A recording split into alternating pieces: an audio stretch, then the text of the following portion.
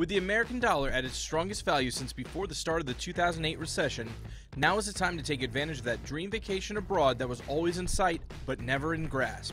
Currency exchange rates have been mostly favorable to the dollar, thanks in part to the current global financial crisis, and American travelers are finding great bargains in the sky and on the ground. One destination in particular where the bargains are plenty is good old Mother Russia, where the US dollar currently exchanges at 52 rubles. Putting this into perspective, that's almost enough rubles to buy 1 dozen eggs at the market or a nice cold one at the bar.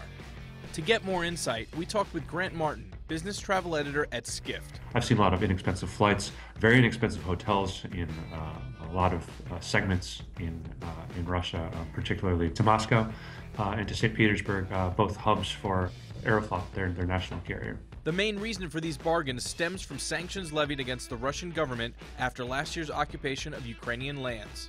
The thing about Russia is they have amazing culture and amazing people. The Hermitage is there. They've got all this amazing Russian history, the Tsarist history, etc. But they also have a very checkered track record on humanitarian efforts. And I think, if you're okay with that, and I think a lot of people are, now's a great time to go and take advantage of the strong dollar there. And most of Europe is once again cheap enough for American travelers, as the dollar is now worth 20% more against the euro than it was a year ago.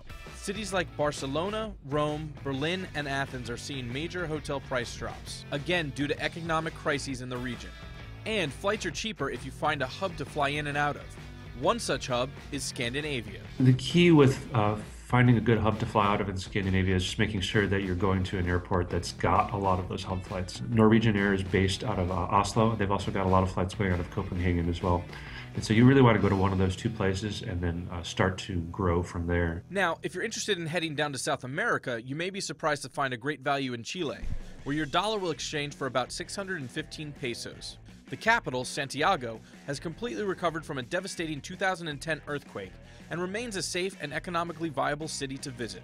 You'll find some of the best restaurants in South America in the city, where a 3-course dinner for 2 at a mid-range eatery will come out to be around 20,000 Chilean pesos, or 32 US dollars.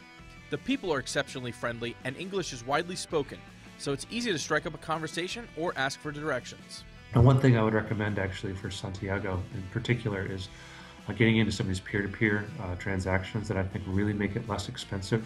If you go into things like Airbnb or VRBO, you're really making a one-to-one transaction there where the host can still make a lot of money to them and you can get a great deal. South Africa is a rugged yet highly refined nation that is one of the best deals that people still haven't completely taken advantage of. The South African rand is the currency, and the US dollar will exchange for about 12 big ones, which actually go really far on the ground. There's a bit of a fair war between a few carriers going down to Cape Town and Johannesburg. So I've seen a lot of competition with KLM, British, and then South African, of course. And rates, below $1,000 to really make it there. And of course, a trip to Africa wouldn't be complete without a wildlife safari. A lot of travelers think that you have to spend a whole lot of money to go on safari. And some lodges can charge up to $500 a night per person for a luxury safari experience. But one of the great things about South Africa is that a lot of the game parks let you self-drive through for only about $20 per car. Oh yeah, and when I went, I got to make friends with the cheetah. He charged me 200 Rand for his friendship, but I'd say that was the best $16.75 American I've ever spent.